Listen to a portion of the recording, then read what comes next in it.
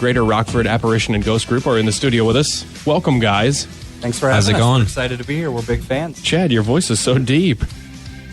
That's He's just what I do. That's just what he does. What'd you say? He's the ladies' man of the group. The ladies' man? Yeah, I'm all over it. Clearly.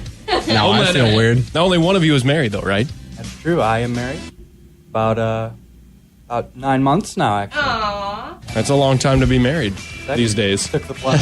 My high school Congratulations. sweetheart. Thank you. Were you in the wedding? Yeah, I was in the wedding. I know. He was. He was one of my group. I was in the wedding. So anyway, you guys are traveling about Illinois this week. We are. And kind of the surrounding areas. What are you doing? Well, First of all, tell us how you guys got interested in all this ghost stuff. we'll tell you all about it. We started as a, we met in middle school. We became good friends and started getting older and older, and we decided that we both kind of were into ghost hunting. You know, we watched a lot of ghost hunting shows, and then we decided to, check out. We're from Rockford, Illinois. It's about a town of 200,000 up north, and The ninth most dangerous city in the world. ninth most dangerous city of the world, which is why we would drive around and look for vacant places to go in and, kind of do some ghost hunting stuff. And that's how we got started. And then eventually we just bought some equipment, started going to some famous haunted places, like around the country, actually, getting permission and investigating them and doing some private investigations. We started filming it. We started making a little web series, and we've been doing it for about 2 years now. Yeah. And this summer's big trip was a little bit of a tour through Illinois down into Missouri. So that's what we're doing. We've been on the road for about a week now, checking out some famous haunted sites along the way. So there you go. The web series is on YouTube. It's called Mission Terror. You can look that up. It's very interesting stuff. Chad, you guys recently investigated a junkyard, which you wouldn't think would be haunted. Right. But I guess if you consider the fact that there are millions of random things that have history attached to them. I mean, what you describe yourself as the skeptic of the group. You don't necessarily believe in this kind of stuff. So what is the benefit of you being a skeptic in these investigations that you do? Pretty much, we're just kind of going out there and looking for reasons to believe more than anything, which isn't your typical ghost hunter, I wouldn't think. Mm-hmm. But more than anything, we just try and go out. We're two normal guys trying to go out and have fun and try and get scared along the way. And along the way, it seems like we do bring a lot of action because it seems like a lot of stuff does happen to us when we're out and about. So things like things hitting us and doors opening are just a couple of the things that we've witnessed, and it's just indescribable, like the feeling that it gets you. You ever wake up the next morning, you have like bruises or weird stuff on you? No. We woke up or is one morning that and a Chad typical had no thing? head anymore. No head anymore. He had been decapitated. Okay. Ichabod Crane. Yeah. All right, more with the guys coming up after the break. The band Perry on the way, Scotty McCreery and Toby Keith. It's 7:22 with the GRAGG guys. Good morning. All right, good morning. 7:38 had a special request for that one this morning. Florida Georgia Line and Cruise on Coyote Country, number 1 for New Country. We got some special guests in the studio this morning. Mr. Travis Dahlhauser and Mr. Chiseled Chad. The Gragganites. The Gragganites. Tell them what GRAGG stands for so they know. Well, GRAGG stands for the Greater Rockford Apparition and Ghost Group. Ooh. So how'd you come up with that name? Oh, no. We just wanted a fun acronym, and we thought GRAGG was a pretty funny name. So we took the name GRAGG and actually just formed a name around those letters. Truthfully, that's how it went down. Whatever works. Now, you via guys, text message. You guys kind of carry around this little book that's got the most haunted places in Illinois. How many of these places have you been to, and how do you decide which ones to go to? Is it based on distance, or? Well, that's tough. Yeah, it's a book. It's by Michael Kleen. It's called The Heartland is Haunted. It's about all of the haunted places in Illinois. So we, being from Northern Illinois, we try to hit all the ones in those regions, and then we took this week just to swing through as many places as we possibly could. How many places did you actually hit up on the way down here? I'd say probably 4 or 5, maybe. 4 or 5, yeah, and we're going to stop at a couple places on the way back up north, too. So definitely pumped for that. Now, tell us, the Mission Terror is your series on YouTube. Yeah, it's a little web series we got.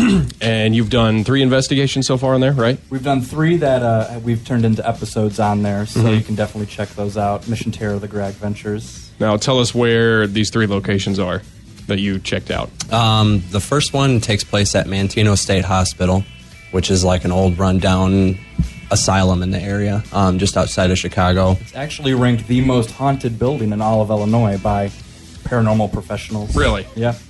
And do you think that's true? Like, having experienced that, do you believe that? You know, it might have been our first investigation, but it definitely was the scariest time By far, in my entire life. I've never been more scared. Like, doors were opening and closing, things were falling from the roof onto us, and it was pure dread. We actually, I hate to make us seem kind of lame as ghost hunters, we only lasted 47 minutes in that building.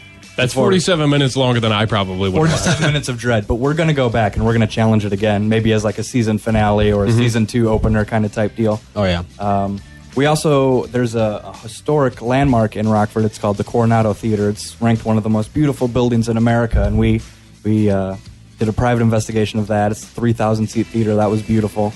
And then a local guy in Rockford, he wanted us to investigate his garage and his storage yard where he stores all of his equipment. He said he had some experiences there, so that's one we called the junkyard, because it was pretty much a junkyard, and that was freaky as well. So you guys have people that actually come to you and ask you to investigate these places? We do. We have a website, and we actually promote free investigations. We'd love to come check it out. And that is? The website is www.gragg.weebly.com. And that is WEEBLY? That is right. Okay. You can get all of our contact information on there. You can actually watch all of our episodes on there. Anything you need, pictures. And you've got the GRAGG app. Oh, yeah, we do have the newly GRAGG app. We've got a few downloads on that, so you can get that on if you're an Android user. So on like Google Play, you can actually access to that. I've done it. What we think appreciate you were that. there. You were there. I was. We appreciate that. Now, what's the out of all the investigations that you guys have done, what has been the creepiest experience that you've had? Well, we've stopped at some creepy places. We've been to Linda Vista Hospital in Los Angeles. We stopped at the Winchester Mystery House in San Jose. We've been to we went to Bartonville Insane Asylum in Peoria. But definitely the creepiest was the Big Daddy, the first one, Mantino Insane Asylum. 47 minutes. And we're big guys, but apparently we're big sissies. Now, what was it that set you off there, though? Well, sequence of events, yeah. Well, first we went in and we were like attacked by bats right away, so that's just never awesome. Yeah. But then we were walking in this like 80,000 square foot building, and in 2 a.m. out of nowhere, something falls from the ceiling and hits us in the shoulders as we're walking under it in this giant room. I just feel, that's questionable, but the odds are kind of small to actually just get hit by something in this building. Right. And then we were doing an EVP, which is electronic voice phenomenon. We were trying to record stuff, and we were asking for signs, and I said, is there anyone here? Can you make a noise? And then in the hallway, a door opened and closed, like latched twice. It opened and closed twice. And then we heard children's voices. And we were in the middle of the country in this old building at like 2 a.m., so there was not kids playing in this building when we were investigating. It's not a daycare. So, yeah. Absolutely not. We were new to the game, so we packed up our stuff and we ran out of that building. I don't blame you. I'd have done the same thing. We debated going in outside for like another hour, and we said, we think we're okay. Let's take the drive home. Coming up, wait, what? No, then on the way, okay, sorry. Go ahead. No. Well, on the way home, we stopped at Bachelor's Grove Cemetery outside Chicago, which is actually ranked the most haunted place of all of America. Really? And we got ate up by mosquitoes. So we got out of there pretty quick. So you were physically haunted there? Yes, we were. All right, coming up, we'll talk their snack of choice for ghost hunting. We'll talk about their equipment and a little bit more. More with the Greater Rockford Apparition and Ghost Group when we come back. Toby Keith on the way with drinks after work at 7:43. Good morning. Toby Keith and his latest, it's Drinks After Work on Coyote Country 99.5 WCOY. And not drinks, but snacks of choice for the GRAGG guys. You guys got the endorsement of dots. How do you do that? And why dots? Why dots out of anything? We were actually going to, we were going out for one of our first nights, and we stopped at a Walmart to pick up a couple things. And you ever see those like big tubs of candy for like $1 that nobody rummages through? We both dug nearly to the bottom and came out with dots at like the same time. We were like, this is destiny. So we felt the need that Destiny dots. Yes, sir. Became a ghost hunting tradition for us. We have dots everywhere we go. And you guys, you spoke to dots? Like, Yeah, we actually sent we sent an email and asked for permission to maybe use their product in our web series, and they said that as long as it wasn't in a negative way, that they were on board with it. So There's nothing negative about dots anyway. I don't know why they were concerned. And they come out with the holiday versions of dots, and you can't go wrong. There's so many But flavors. Halloween dots are going to be perfect. Absolutely. man. Ghost dots are our snack of choice. Tell us about your equipment. Like, what do you guys use that helps you investigate these places?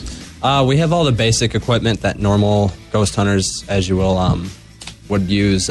We have the EMF field tester, which is electromagnetic field, that just measures any kind of microwave or electronic energies in the air, I guess. We run a lot of EVPs, which are just through like the basic digital voice recorder.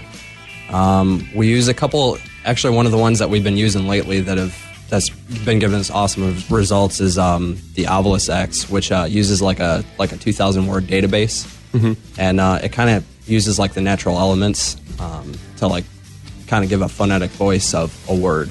So we can literally like do like an EVP like in real time. So we'll ask a question, then it'll just kind of come out and really creepy voice kind of say a word. It is creepy. Very creepy. Creepy sounding. It is. We've had some experiences with that one, actually, because it'll tell you words in real time in this, like, creepy computer voice.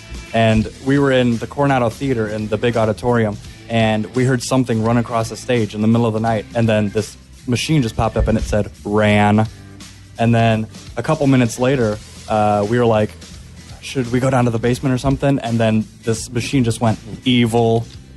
And we were That's a little terrifying. We were freaked out. We got out of there and took a little break after that. I don't blame you. It was scary. So would you say overall these are beneficial things, right? I mean, are these imperative to investigating paranormal stuff? Well, definitely anyone can go out and do it on their own. That's how we started with our cell phones, and we would just go and record EVPs, play them back, and maybe we'd pick up a spooky voice or a whisper or something like that.